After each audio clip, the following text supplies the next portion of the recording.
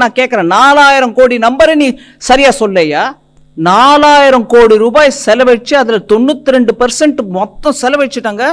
என்ன மழை வந்தாலும் ஒன்னும் ஆகாதுன்னு சென்னையை பத்தி பேசினவரு, வெள்ளம் வந்த பிறகு சென்னையில மிச்சாங் வந்த பிறகு என்ன சொல்றாரு? 42% தான் அதுல செலவழிச்சிருக்கோங்க, மீதி நாங்க செலவழிக்கலைங்கிறீங்களா?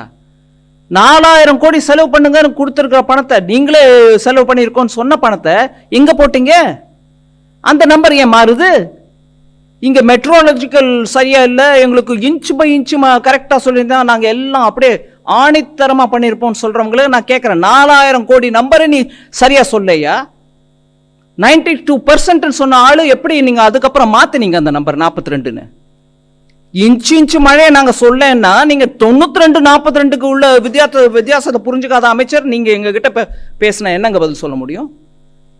ஒரே ஒரு நம்பர் 92%க்கும் 42%க்கும் வித்தியாசம் தெரியாம பேசக்கூடிய ஒரு அமைச்சர் இப்போ இன்னைக்கு அவங்க இன்னொரு அமைச்சர் மூலமா கேட்கிறாங்க, எங்க 0.2 சென்டிமீட்டர் இன்னும் ஜாஸ்தியா வரும்னு சொல்லியிருந்தா நாங்க ஏற்பாடு பண்றோம் பேசுறீங்களா? என்ன அநியாயம்!